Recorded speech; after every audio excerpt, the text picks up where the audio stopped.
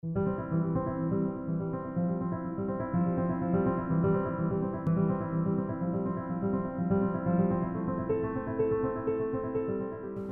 que le droit d'auteur d'œuvres musicales? Encore une fois, je ne suis pas avocate, donc il y a des aspects légalement où c'est sous toute réserve, là, ça reste sous toute réserve. Mais pour donner une idée générale, la loi protège les œuvres au Canada. Donc, le droit d'auteur, c'est ton droit exclusif en tant qu'auteur d'une œuvre de disposer de ton œuvre comme tu l'entends. Ça te permet de produire, de reproduire, de diffuser ton œuvre, de la vendre, de la mettre sous licence. Au Canada, une œuvre va être protégée automatiquement dès le moment où elle est originale et qu'elle est sur un support. Cependant, c'est toujours une très bonne idée d'aller enregistrer, déclarer tes œuvres pour t'assurer d'être protégé si jamais il y avait un problème, si jamais il y avait un litige. Il y a différentes façons de le faire. Il y a un guide d'ailleurs, on pourra mettre le lien, qui est super bien fait sur comment déclarer tes œuvres ou comment les enregistrer. C'est sûr que c'est particulièrement pertinent quand l'œuvre va avoir une valeur économique particulière, mais je le redis encore, c'est pas parce que ton œuvre n'est pas déclarée qu'elle n'est pas protégée. Elle est protégée, simplement d'avoir une preuve, c'est toujours un bon outil en cas de problème. Ça peut sembler aride et technique comme milieu parce que on parle de gros sujets légaux, il y a des implications, c'est difficile d'avoir les bonnes informations, mais c'est hyper essentiel. C'est ton œuvre, c'est ton travail, c'est tes sous, s'il y a des sous qui viennent avec, mais dans tous les cas, c'est ton œuvre, ça t'appartient, c'est le fruit de ton travail. Donc, d'aller poser des questions, de s'entourer des bonnes personnes, d'aller voir des experts pour s'assurer d'avoir toutes les bonnes informations, je pense que c'est essentiel pour protéger ton travail.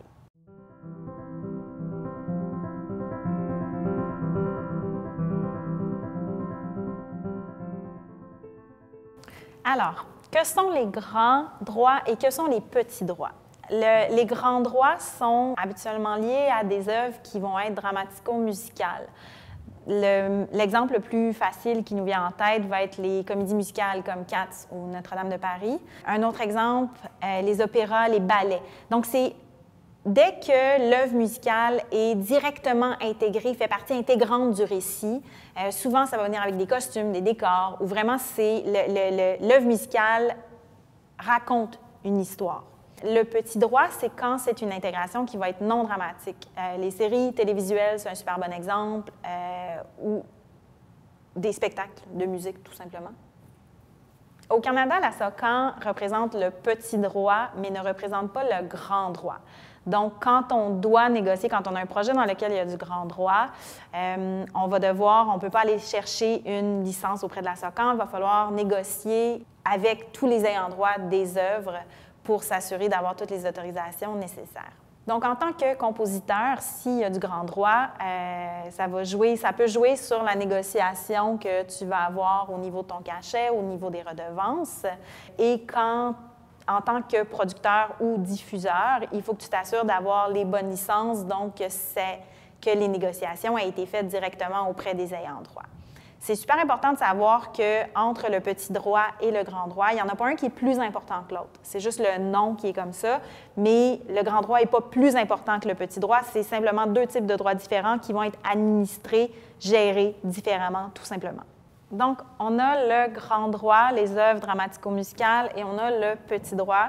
Il y a des cas où c'est super évident, super facile, mais là où ça nous intéresse, la raison pour laquelle on en parle en ce moment, c'est qu'il y a aussi toute une grande zone grise entre les deux où ça va être beaucoup plus difficile d'aller déterminer s'il s'agit de grand droit ou non. C'est hyper important pour éviter les surprises encore en cours de projet de bien faire les vérifications, d'aller poser toutes les questions nécessaires et, si c'est nécessaire, d'aller s'entourer d'experts, d'aller chercher des gens qui vont vraiment pouvoir nous supporter là-dedans pour être certain d'avoir toutes les autorisations nécessaires puis les bonnes autorisations pour notre projet.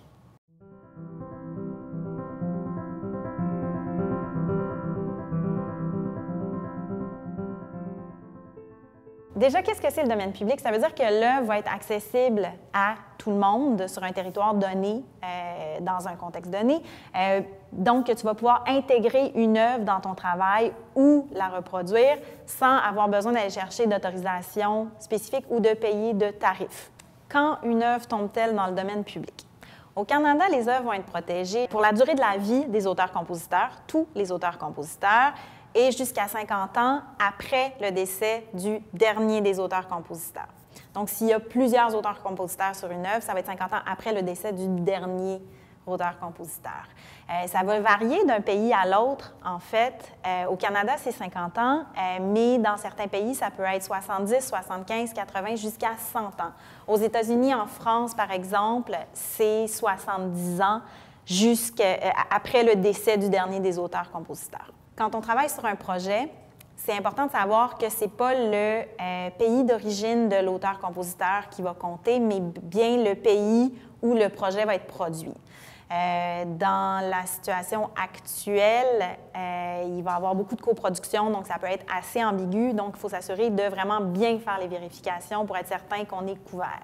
Il faut toujours faire extrêmement attention aux informations qu'on va trouver sur Internet parce que les informations peuvent facilement être pas exactement exactes et ça peut avoir des conséquences qui sont assez importantes pour un producteur de contenu ou pour un artiste. Au niveau des auteurs-compositeurs, il faut faire attention aussi aux arrangements. Il y a plusieurs exceptions qui sont possibles. Ce n'est pas des exceptions à la loi comme telle, mais c'est des exceptions en fonction du contexte de l'œuvre ou du contexte des auteurs-compositeurs. Par exemple, s'il y a des arrangements sur une œuvre, même si c'est une œuvre folklorique, il peut y avoir un arrangement sur l'œuvre que finalement, c'est cet arrangement-là que tout le monde connaît puis qu'on ne s'en rend même pas compte, mais c'est l'arrangement qui est encore protégé, sur lequel il y a encore des droits qu'on est en train d'utiliser. Donc, il faut faire extrêmement attention aux arrangements. Une autre situation qui est assez fréquente, c'est des cas où la version originale dans la langue d'origine va être du domaine public, mais il y a eu une traduction qui aura été faite en cours de route qui, elle, n'appartient pas encore au domaine public. Au niveau des enregistrements, c'est protégé aussi. C'est un peu le même principe, sauf que ça a passé de 50 à 70 ans, même 75 jusqu'à 100 ans dans certains cas. Donc, même si une œuvre peut être du domaine public, il faut être hyper prudent parce que l'enregistrement peut ne pas l'être. Pour s'assurer qu'un enregistrement va être du domaine public, encore là, c'est un autre défi parce que pour s'assurer d'avoir vraiment la bonne date de publication, à moins d'avoir l'album physique dans tes mains, c'est hyper difficile d'être certain. Donc, il y a plein d'exceptions. Il faut être super prudent, même si ça a l'air évident. Je pense que ça mérite toujours de faire des vérifications. Puis encore là, c'est de s'entourer d'experts, de gens en qui tu as confiance, qui sont professionnels là-dedans, qui peuvent t'aider, t'orienter et te donner des confirmations qui sont difficiles à obtenir autrement.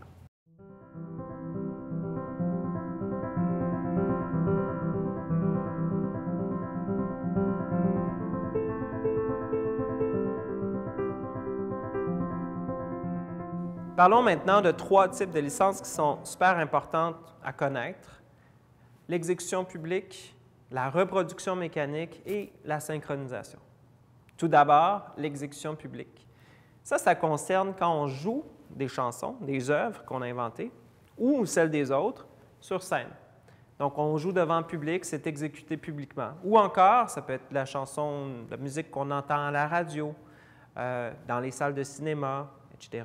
À partir du moment où c'est entendu par le public, il s'agit d'une exécution publique. C'est vraiment le concept de communiquer l'œuvre en public. Et donc, le droit d'exécution publique, c'est un droit qui est à vous, par défaut, mais que vous pouvez céder à une société de gestion collective.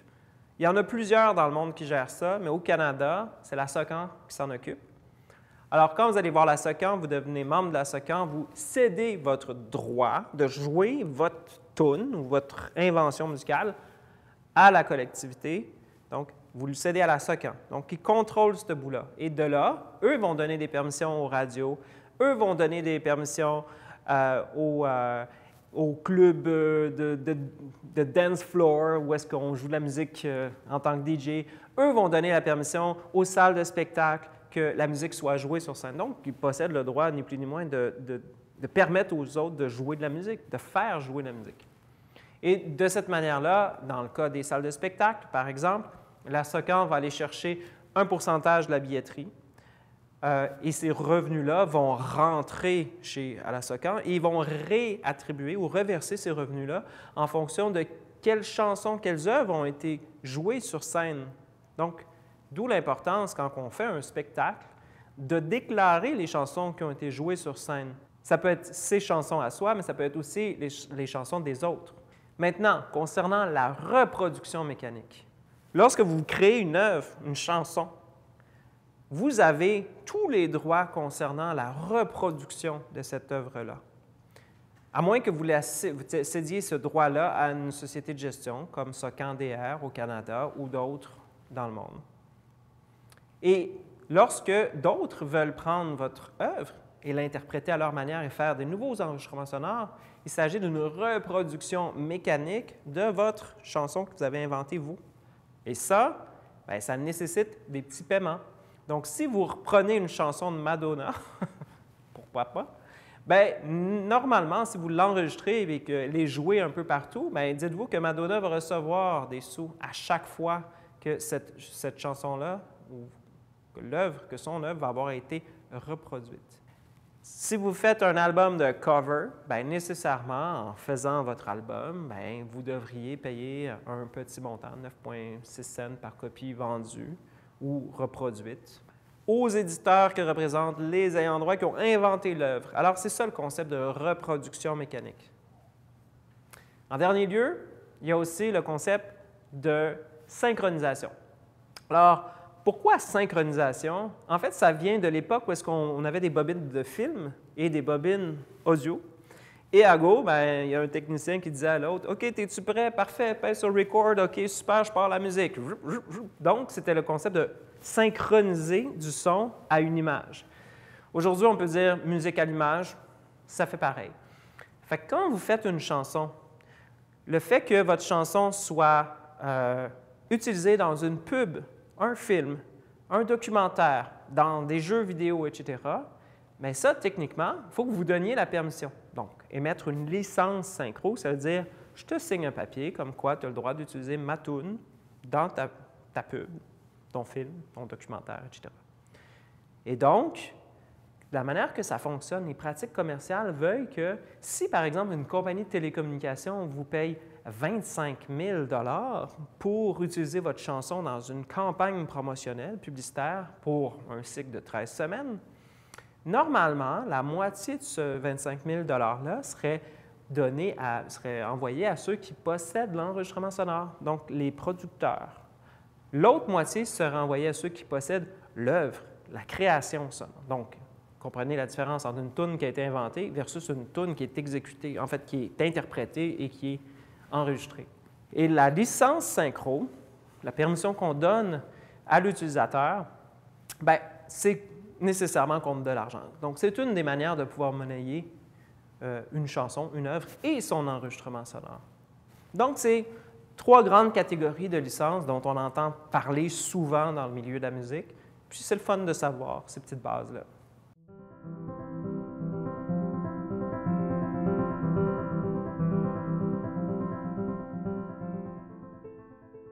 À qui appartient l'enregistrement? Techniquement, c'est le droit du producteur qui a, parce que c'est lui qui a eu l'implication financière pour produire l'enregistrement. Après ça, qui a vraiment payé et qui est le producteur? Là, la question peut être beaucoup plus large et la réponse peut l'être tout autant. Avant, c'était assez évident parce que souvent, c'était la maison de disque qui payait pour la production d'un enregistrement, donc c'est la maison de disque qui était propriétaire de l'œuvre. Maintenant, les sources financières sont multiples. Les artistes, des fois, peuvent collaborer en tant que coproducteurs, donc être propriétaires d'une partie de l'enregistrement.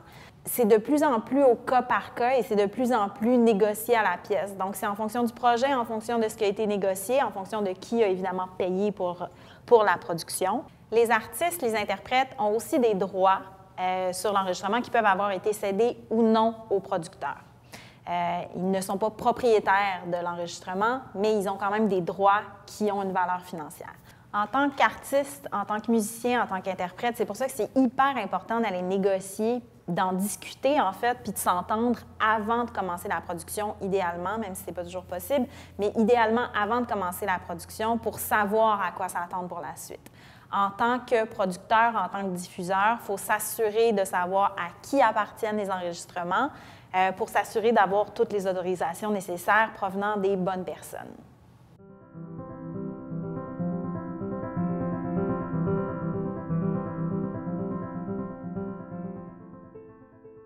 Qu'est-ce que la copie privée? Alors, pour expliquer ce qu'est la copie privée, il faut retourner dans le passé, parce qu'il fut un temps où un album vinyle n'était pas piratable. C'était très difficile d'en faire des copies. Et quand est arrivé le tape à cassette, est arrivé aussi le double tape deck, où on avait deux cassettes, une qui pouvait jouer et une qui pouvait enregistrer. Et devant le fait que, soudainement, l'industrie de la musique était sur le point de perdre le contrôle total de ses revenus, parce que la contrefaçon, la contrebande de cassettes enregistrées prenait énormément de place, ils sont allés, par la loi, par la force de la loi, chercher une redevance chez les fabricants de cassettes.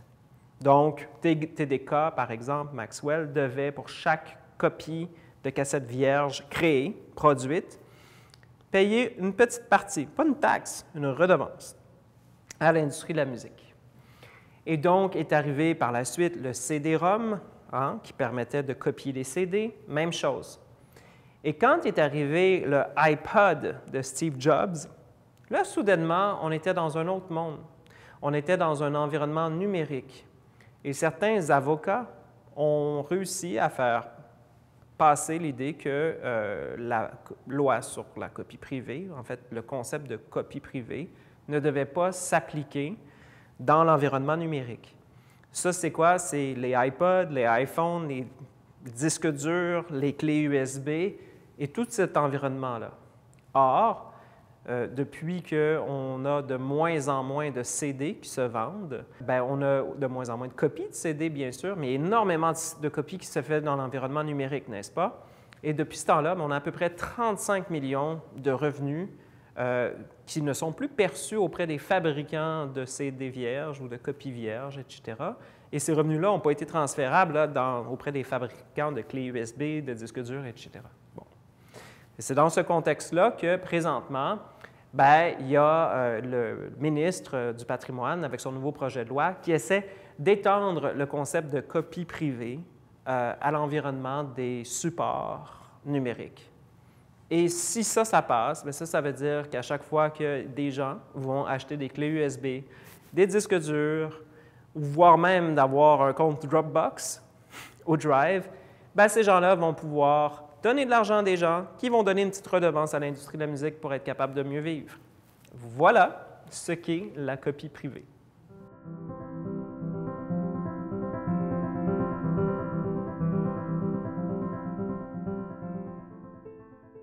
Qu'est-ce que Creative Commons?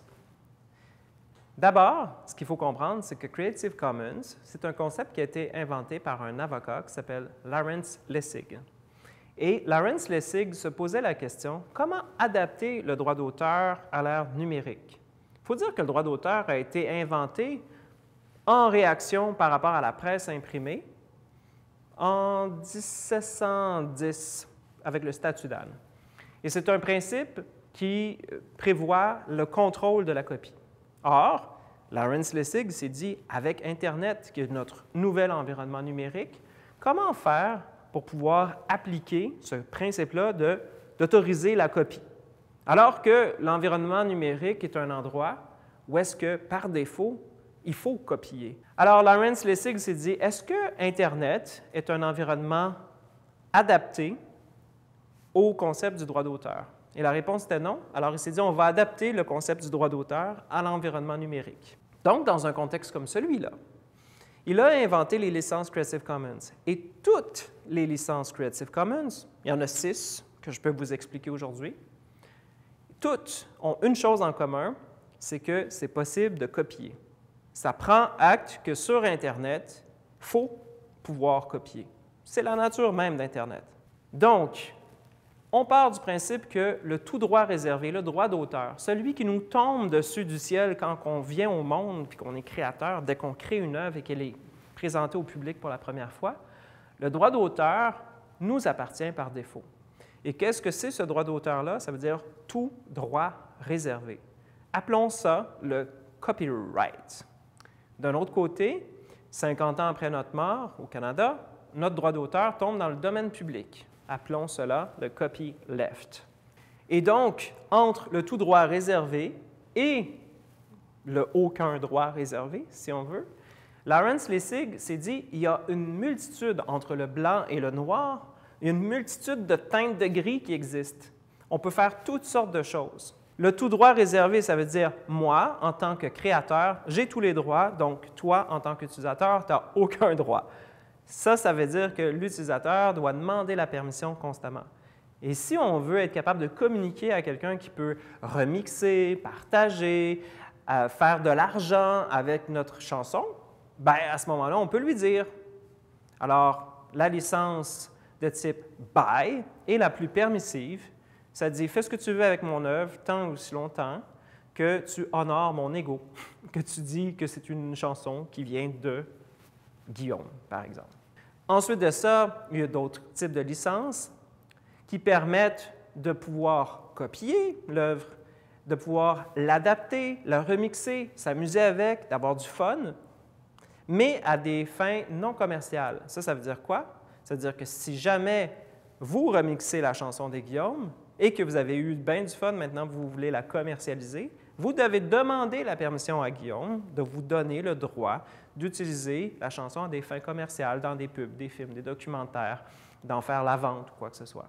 Et avec les licences Creative Commons, il est presque possible de faire du copyright en disant bien, en fait, on est sur Internet, donc vous pouvez copier, mais à des fins non commerciales, sans pouvoir adapter l'œuvre, sans pouvoir la remixer.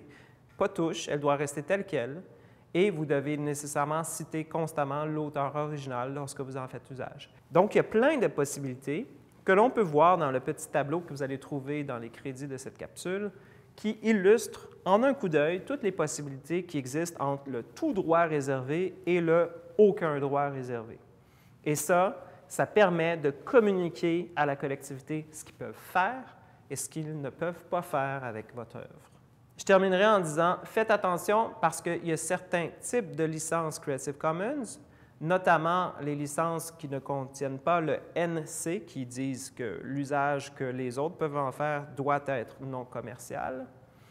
Et lorsque vous cédez, dans le fond, à la collectivité le droit de faire de l'argent avec votre œuvre, ça veut dire que autant vous que les autres peuvent le faire.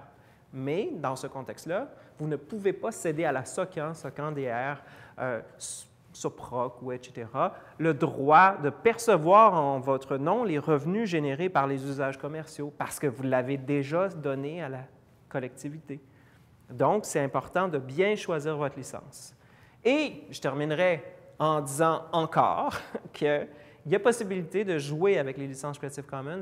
Vous pouvez avoir 90 de votre catalogue, de toutes vos chansons qui sont sous licence copyright, tout droit réservé, mais quelques-unes qui, elles, sont données un peu au pâturage, si vous voulez, de manière accessible, en levant toutes les restrictions sur ces chansons-là. Ça vous permet de vous faire connaître. Je connais des créateurs qui, eux, leur musique est utilisée dans plus de 26 000 capsules web sur Internet parce que certaines de leur musique est disponible dans la librairie libre de droit de YouTube. Et donc, il y a énormément de gens qui n'ont pas de maudite scène puis qui ne paieraient même pas pour de la musique de toute façon, qui utilisent leur musique dans leurs vidéos de mariage, etc., sur YouTube.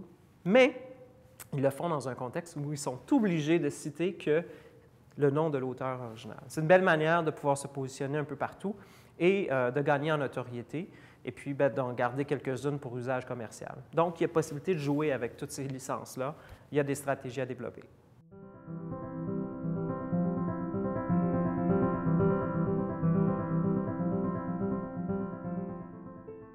Est-ce que j'ai besoin d'obtenir les droits pour quelque chose? Déjà, si on se pose la question, il y a probablement des droits à aller obtenir ou à tout le moins, on doit aller faire les vérifications nécessaires pour savoir s'il y a des droits à obtenir. À partir du moment où on va avoir déterminé s'il y a des droits à obtenir, on devra aussi aller vérifier quel type de droit on doit aller obtenir. Ça va faire partie des vérifications qu'on doit faire. Au Canada, toutes les œuvres sont protégées. La loi canadienne protège toutes les œuvres, qu'elles soient déclarées ou non. Donc, même si ton voisin a fait une traque dans son sous-sol, si l'œuvre existe, elle est originale et qu'elle a été fixée sur un support, elle est protégée par défaut. Il y a des droits, en fait, au Canada sur les œuvres musicales. Il y a aussi des droits sur les œuvres littéraires, sur les œuvres artistiques.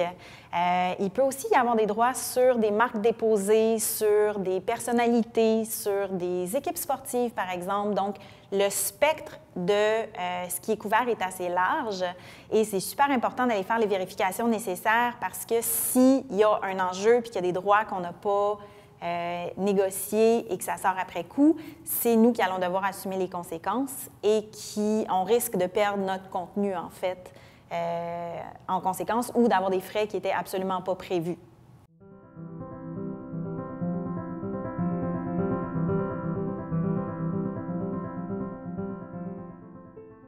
Comment faire pour obtenir les droits pour quelque chose? La première question à se poser, c'est évidemment, est-ce qu'il y a des droits à obtenir? Ensuite, à partir du moment où on a déterminé qu'il y avait des droits, que l'œuvre qu'on s'apprête à intégrer est protégée, la deuxième question, c'est quel type de droit j'ai besoin? Qu'est-ce que mon projet va demander en termes de diffusion, en termes de vente de billets, en termes de nombre de représentations, en termes de médias de diffusion? À partir du moment où on a déterminé le spectre du projet, il faut vérifier par quel canal passer. Il y a des tarifs qui vont être prénégociés avec les sociétés de représentation, les sociétés de gestion collective. Il va y avoir des licences générales qui vont s'appliquer dans certains cas, mais dans beaucoup de cas, il va falloir aller négocier à la pièce directement avec les ayants droit. Quand on a à négocier à la pièce avec les ayants droit, la première étape, c'est d'identifier les œuvres pour lesquelles on va aller négocier les droits. Ça a l'air super évident, mais il faut bien identifier l'œuvre et il faut bien identifier la version de l'œuvre qu'on veut aller négocier. Dans certains cas, il y a différentes versions d'une même œuvre qui peuvent exister, puis ce ne sera pas nécessairement les mêmes ayants droit. À partir du moment où on a bien identifié l'œuvre et la version de l'œuvre, on veut aller identifier les bons ayants droit, tous les ayants droit, et d'aller les joindre. Ça peut être jusqu'à, je dis n'importe quoi, mais ça peut être une vingtaine d'ayants droit dans certains cas, qui ne seront pas les mêmes que sur une autre version de la même œuvre. Malheureusement, il n'y a pas de grande base de données internationale avec toutes les œuvres et tous les ayants droit où ce serait super facile d'aller chercher l'information. Fait que c'est vraiment de la recherche, de croiser des informations. Internet est ton meilleur ami, évidemment. Wikipédia est ton meilleur ami, mais c'est aussi ton pire ennemi parce que tu vas retrouver des informations qui sont erronées, puis tu es la seule personne qui va porter les conséquences, en fait, s'il y a une erreur, même si c'est une erreur de bonne foi. À partir du moment où tout ce travail-là est fait, ce que tu vas devoir faire, c'est d'aller négocier avec chacun des ayants droit une entente qui soit cohérente entre tous ces ayants droit-là, puis de t'entendre sur un tarif ou sur une compensation pour les ayants droit. À partir du moment où tout le monde est d'accord, évidemment, ça va te prendre le contrat pour officialiser tout ça. Puis normalement, à partir de ce moment-là, tu as une licence, donc tu as toutes les autorisations nécessaires pour aller de l'avant avec ton projet. Le travail de libération de droit peut être un travail qui va être très long, très minutieux, très laborieux, qui va demander énormément de rigueur. Ça peut être super technique, donc il ne faut pas hésiter à poser des questions, à aller chercher de l'aide aux besoins, à s'assurer qu'on comprend exactement les ententes dans lesquelles on est en train de s'embarquer parce que les conséquences de celles-ci sont sur nous. Pour mener à bien notre projet, on a besoin d'avoir des licences qui sont complètes, qui sont correctes par rapport à notre projet et qu'on comprend.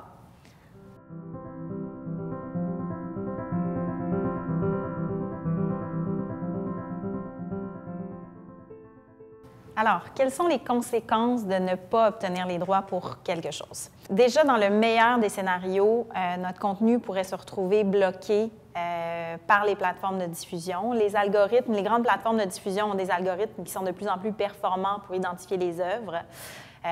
Ça, c'est le premier enjeu. Dans un cas comme ça, on pourrait se retrouver à négocier après coup avec les ayants droit pour devoir payer une licence. Mais dans un scénario comme ça, disons qu'on a très peu de marge de négociation et que c'est les ayants droit qui vont déterminer le prix, la valeur de la licence à leur avis et qu'on n'a absolument aucun pouvoir. Quand on a travaillé pendant plusieurs mois, qu'on a investi du temps, qu'on a investi des sous sur un projet et que le projet se retrouve bloqué comme ça peut être extrêmement frustrant et extrêmement problématique. Ça, c'est le meilleur des scénarios. Dans le pire des scénarios, on peut aussi se retrouver avec une poursuite parce qu'on a enfreint la loi, finalement, qui peut s'accompagner de dommages et intérêts qui peuvent prendre des proportions assez importantes, en fait, pour un artiste ou pour un producteur. Donc, c'est super important de s'assurer qu'on a les autorisations nécessaires.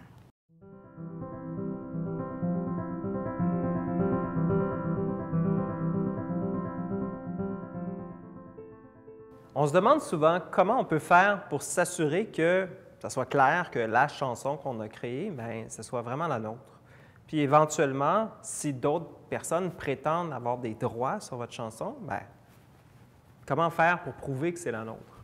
Quand j'étais jeune et jolie, une des manières qu'on m'avait enseigné, évidemment, ce n'était pas un avis d'avocat, mais ce qu'on m'avait dit, c'est « Envoie-toi à toi-même par courrier recommandé ta cassette, parce que dans ce temps-là, c'était des cassettes. Et n'ouvre pas l'enveloppe et garde-la en lieu sûr. Comme ça, si un jour, quelqu'un prétend avoir des droits sur une chanson, soi-disant la tienne, tu pourras faire ouvrir l'enveloppe devant un juge, magistrat, etc. » Évidemment, cette méthode-là est controversée parce que c'est possible aussi de soudoyer quelqu'un au bureau de poste pour aller chercher un timbre de poste qui est faux, etc. Donc, si vous prétendez avoir des droits sur une chanson, peut-être qu'une des meilleures manières, c'est de la publier. La publier sur SoundCloud, la publier sur Facebook, la publier un peu partout et de s'assurer qu'il y ait plein de témoins qui aient vu que c'est votre chanson. Pour revenir à l'enveloppe par courrier recommandé, dites-vous qu'aujourd'hui, avec les technologies de la blockchain, il est possible de créer un identifiant unique qui ne peut être reproduit que par votre fichier sonore original et de publier cet identifiant-là sur la blockchain avec votre nom. Donc, ce n'est pas une preuve hors de tout doute raisonnable que l'enregistrement dont il est question est nécessairement le vôtre ou que vous l'avez inventé, mais ça démontre que vous avez été en possession de ce document-là, de ce fichier-là, à un certain moment donné, à une date fixe. Donc, c'est une des manières de pouvoir réussir à démontrer, idéalement par cumulation de preuves, la paternité et l'antériorité de vous par rapport à ce fichier-là. Maintenant, est-ce qu'il y a des moyens d'empêcher que les gens copient votre fichier? Ben, ça, c'est une autre histoire. Moi, je pense que, ça ne concerne que moi, mais il y a un vieil adage qui prévaut tout le temps, peu importe les nouvelles technologies, c'est « ça s'entend, ça se copie ». Alors, on pourra créer les verrous numériques qui empêchent X, Y ou Z d'exécuter le fichier quelconque. En bout de ligne, il y aura toujours un moyen de pouvoir contourner ces verrous-là. On appelle ça des DRM ou des Digital Right Management en anglais. Et donc, à mon avis, dès qu'il y a une technologie qui essaie de protéger l'exécution d'une musique quelconque, bien, il y a toujours un hacker à quelque part sur la planète qui trouve le moyen de contourner la technologie. Donc, j'aurais tendance à dire que c'est un peu, à mon avis, une course perdue d'avance.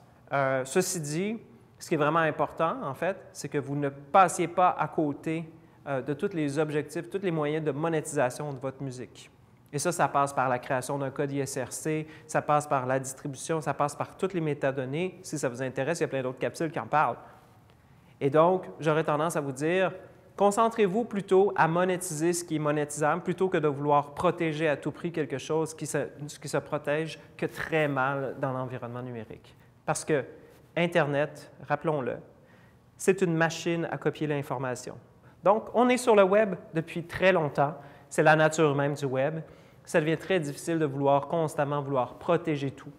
Donc, concentrez-vous sur ce que vous contrôlez réellement, c'est-à-dire les expériences, les primeurs, les exclusivités, la relation que vous avez avec vos fans. Ça, personne ne va pouvoir le copier, jamais.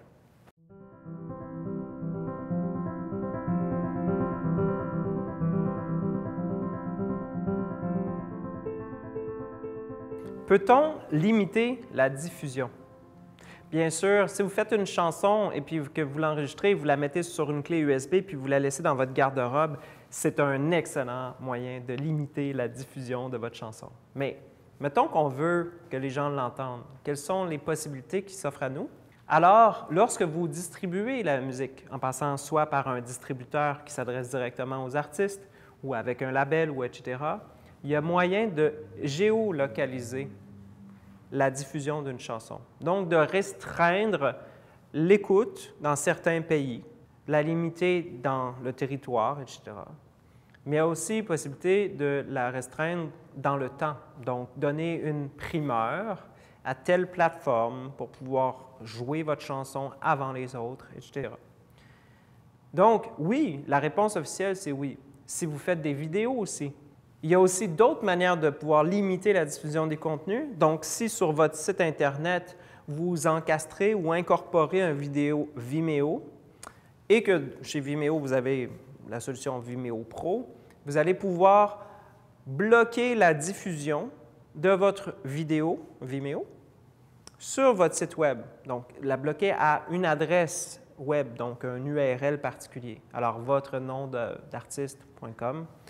Et ce qui veut dire que les gens vont pouvoir seulement visionner votre vidéo sur votre propre site Web. Donc, il y a toutes sortes de moyens technologiques qui existent. Par exemple aussi, il y a certaines plateformes qui permettent de pouvoir bloquer la diffusion si on n'a pas un code. Par exemple, c'est possible avec Vimeo si vous faites des vidéos. Et donc, vous pouvez dire, bon, quiconque a le mot de passe banane, par exemple, va pouvoir entrer banane et voir la vidéo. Possibilité aussi de demander la récolte des courriels en échange de visionner la vidéo, etc. Donc, il y a plusieurs possibilités qui existent pour pouvoir limiter la diffusion ou du moins permettre la diffusion selon certains contextes. Il est possible de pouvoir limiter évidemment votre musique ou des contenus par territoire en géolocalisant ou en géobloquant les contenus à un territoire donné. D'un autre côté, il est possible pour les utilisateurs moindrement dégourdis de trouver des moyens de contourner cela en utilisant ce qu'on appelle des VPN, c'est-à-dire des Virtual Private Network.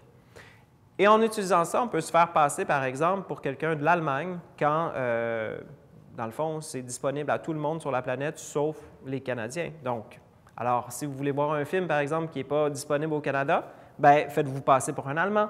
C'est simple comme ça. Et ces petits logiciels-là existent. Il y en a des gratuits, il y en a des payants, etc. Donc, je dirais qu'à chaque moyen technologique de pouvoir limiter la diffusion vient aussi des moyens technologiques de contourner ces contraintes-là. Donc, clairement, ce n'est pas un jeu qu'on a gagné d'avance.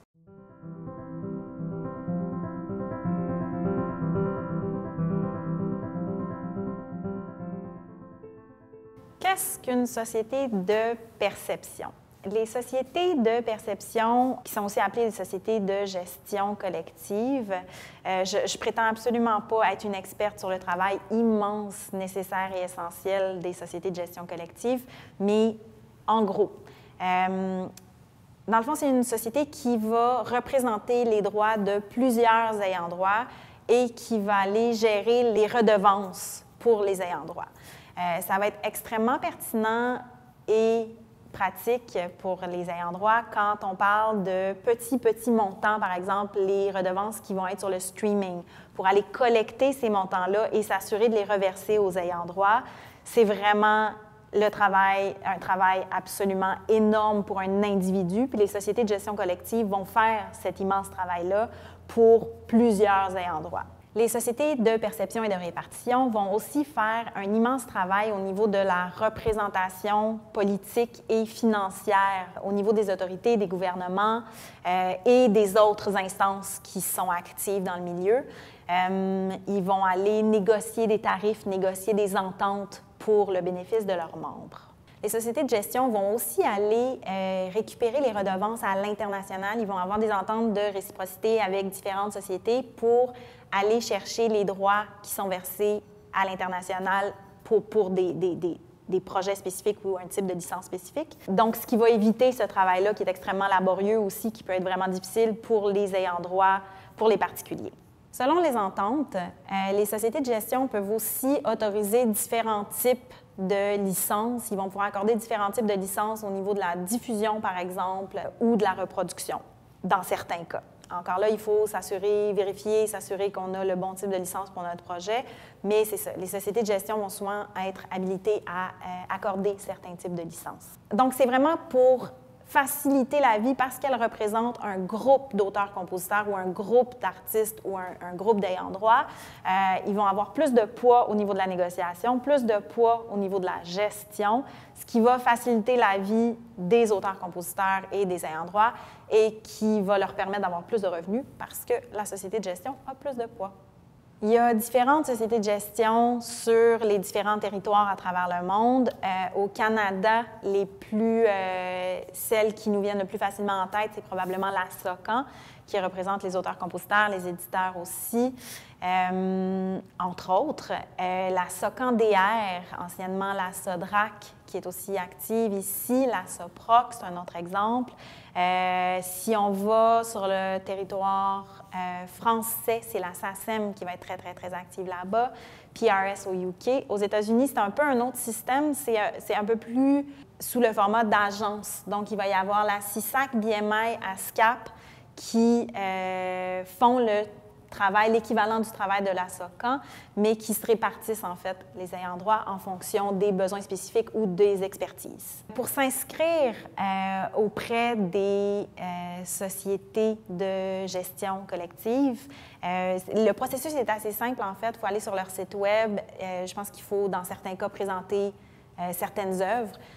Juste pour prouver qu'on a des œuvres et qu'on a d'affaires à s'inscrire. À mon avis, très humblement, c'est toujours une bonne idée de joindre les sociétés collectives qui représentent le travail qu'on fait parce que ça nous donne plus de poids. Ils travaillent pour nous, puis plus il y a de membres, mieux elles peuvent faire le travail qu'elles font pour leurs artistes, pour leurs membres.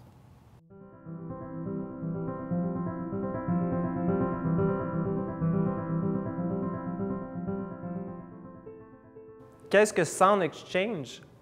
SoundExchange est une société de gestion collective qui a été fondée aux États-Unis pour pouvoir percevoir auprès des grandes plateformes de diffusion numérique de la musique les droits voisins des interprètes et des producteurs. Donc, quand on fait une chanson, il faut quand même comprendre qu'il y a 3 grandes familles de droits qui sont impliquées dans tout ça. D'abord, le droit d'auteur, ceux qui inventent la chanson. Ensuite de ça, il y a ceux qui performent, qui interprètent la chanson grâce à leur talent, grâce à leurs années à pratiquer les gammes et tout ça. Et aussi grâce à ceux qui savent enregistrer, ceux qui maîtrisent la technique, la réalisation. Donc, tous ces gens-là, il faut leur donner des sous parce qu'évidemment, ils ont fait le son de la chanson qui a été inventée par des gens. Et ces gens-là ont ce qu'on appelle des droits voisins. Les interprètes et les producteurs, donc ceux qui payent pour que ça se passe, qui payent pour faire un enregistrement sonore, ce sont les producteurs. Et les interprètes qui sont engagés par les producteurs pour jouer sur la chanson, pour qu'on enregistre leur talent, ces gens-là, ce sont les voisins de ceux qui ont le droit d'auteur. Et eux ont le droit à une rémunération. Donc, SoundExchange perçoit aux États-Unis, auprès des grandes plateformes numériques, des revenus. On parle d'un demi-milliard par année qui sont reversés à ceux qui font le son sur un enregistrement sonore et ceux qui interprètent pendant qu'on enregistre. Donc, les interprètes et les producteurs. L'équivalent, en fait, de SoundExchange au Canada, c'est Resound, et plus précisément au Québec, on a la SOPROC, qui représente l'ensemble des producteurs, et on a aussi Artisty, qui représente l'ensemble des interprètes. Or, si vous voulez avoir votre juste part des revenus qui sont perçus par SoundExchange aux États-Unis, là où se trouvent les maisons mères de toutes les grandes plateformes comme Pandora, SiriusXM, etc., vous devriez à tout le moins être membre de Artisty en tant qu'interprète et de la SOPROC en tant que producteur ou autoproducteur, parce que ça se peut que ce soit vous-même qui ayez investi votre temps, puis votre énergie, puis votre argent pour enregistrer vous-même ce que vous faites. Et donc, c'est votre manière à vous de pouvoir aller chercher l'ensemble des revenus qui vous sont dus à chaque fois que la chanson sur laquelle vous avez joué, que vous avez produite, à chaque fois que cet enregistrement sonore-là est exécuté, est joué, est utilisé dans des grands réseaux de diffusion où est-ce qu'il y a une programmation musicale, comme SiriusXM, Pandora et autres. Donc, passez pas à côté de ces sous-là.